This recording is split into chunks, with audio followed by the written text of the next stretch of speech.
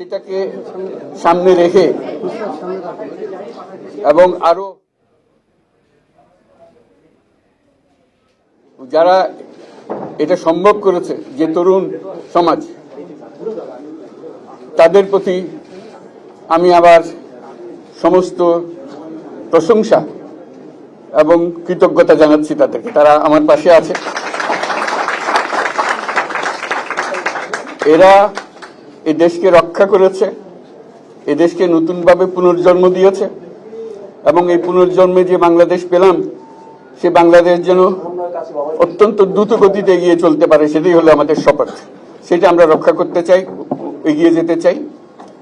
আজকে আবু সাঈদের কথা মনে পড়ছে আমাদের, যে আবু সাঈদের ছবি বাংলাদেশের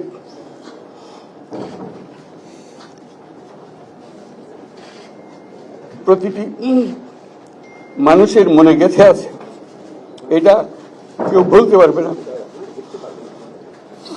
কি অবিশ্বাস্য একটা সাহসী যুবক, বন্দুকের সামনে দাঁড়িয়ে আছে এবং তারপরে থেকে কোন যুবক, কোন যুবতী আর হার মানে নাই, সামনে গিয়ে আছে এবং বলছি যত গুলি মারো, মারতে পারো, আমরা আছি। তো যার কারণে এটা সারা বাংলাদেশ জুড়ে এই আন্দোলন ছড়িয়ে গেছে এবং যার কারণে বাংলাদেশ এই দ্বিতীয়বার স্বাধীনতা অর্জন করলো। এই স্বাধীনতাটা আমাদেরকে রক্ষা করতেই হবে। শুধু রক্ষা করা নয়, এই স্বাধীনতার সুফল প্রতিটি মানুষের ঘরে পৌঁছাতে হবে, তা না হলে এই স্বাধীনতার কোনো দাম নেই।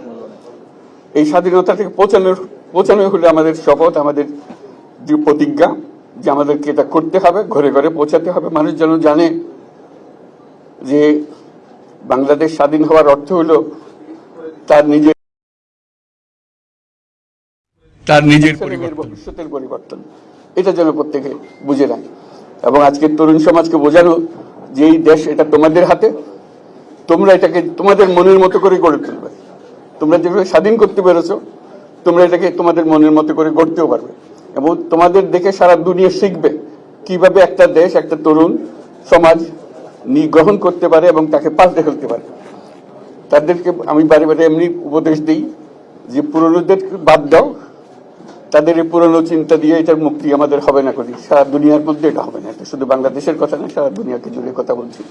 তোমাদের মধ্যে যে শক্তি আছে, যে ক্রিয়েটিভিটি আছে, সৃজনশীলতা আছে, সেই সৃজনশীলতাকে কাজে লাগাতে হবে। এটা শুধু বই খাতাতে লেখার জিনিস না, এটাকে প্রকাশ করার জিনিস, স্থাপন করার জিনিস, সেটা করা।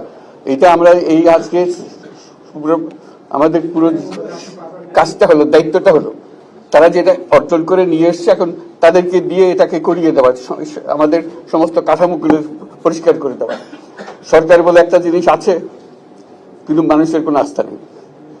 মানুষ মনে করে সরকার একটা দমন পীড়নের একটা যন্ত্র, যেখানে পায়, যেখানে সুযোগ পায় তার একটা কষ্ট দেওয়া, তার থেকে নিংড়ে দেওয়া, যে সকল স্তরে। এটা হলো তার থেকে কেমন ভাবে সামাল দিতে হবে, তাকে একটা ভয়ের একটা জিনিস, তাকে সামাল দিয়ে চলা। এটা হলো সরকার। এটা সরকার হতে পারে না। সরকারকে দেখে মানুষের বুক ফুলে উঠবে যে আমাকে সাহায্য করবে, আমাকে রক্ষা করবে, আমার সরকার আমার জন্য দাঁড়াবে। সরকার তার জন্য দাঁড়ায় না কোনো সময়। যে সরকার হবে, সেই সরকার মানুষকে রক্ষা করবে, মানুষের আস্থাভাজন হবে। কেউ জোর করে তাকে বলার ভালো আছে এটা না। সে নিজে নিজে বিশ্বাস করবে, সরকারি লোক দেখলে বলছে আমার লোক, আমাকে রক্ষা করার লোক। সেই আস্থাটা আমাদেরকে ফিরিয়ে আনতে হবে মানুষের মনে। তাহলে মানুষও যোগ দেবে এটাকে।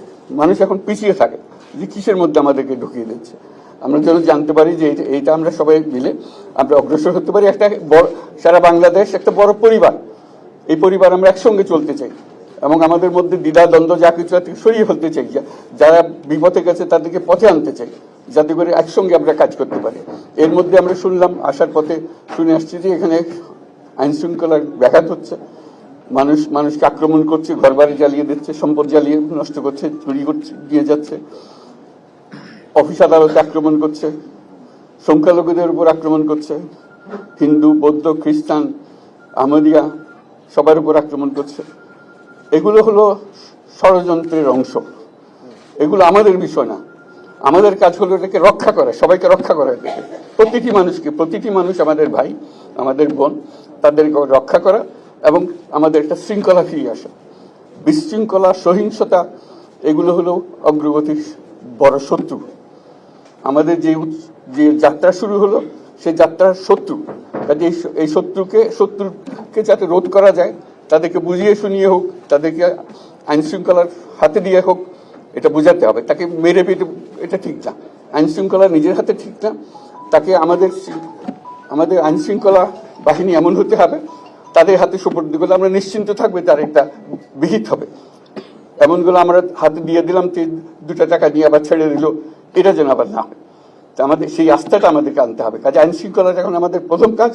এই আইন শৃঙ্খলা ঠিক না হওয়া পর্যন্ত এটা আমরা অগ্রসর করার জন্য পদক্ষেপ নিতে পারবো না। আপনারা আমার উপরে আস্থা রেখে আমাকে জানিয়েছে, ছাত্ররা আমাকে আহ্বান দিয়েছে, সেটাতে আমি সাড়া দিয়েছি। দেশবাসীর কাছে আমার আবেদন, আপনারা যদি আমার উপরে বিশ্বাস রাখেন, আমার উপরে ভরসা রাখেন, তাহলে নিশ্চিত করেন যে দেশে কোনো জায়গায় কারো উপরে হামলা হবে না। এটা আমাদের প্রথম দায়িত্ব। এটা যদি আমি করতে না পারি, এটা আমার কথা যদি না শোনেন আপনারা, তাহলে আমার প্রয়োজন এখানে নাই। আমাকে বিদায় দেন, আমি আমার কাজে থাকি, সেখানে আমি ব্যস্ত থাকি। যদি আমাকে প্রয়োজন মনে করেন, তাহলে আমাকে প্রয়োজন মনে করলে আপনাদেরকে দেখাতে হবে যে আমার কথা আপনারা শোনেন।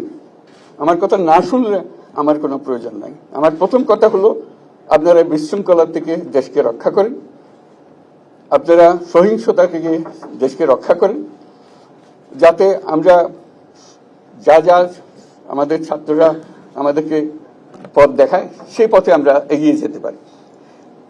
এটা একটা খুব সুন্দর দেশ হতে পারে। বাংলাদেশ একটা খুব সুন্দর দেশের সম্ভাবনাময় দেশ। কাজে এই সম্ভাবনাগুলোকে আমরা নষ্ট করে দিয়েছি।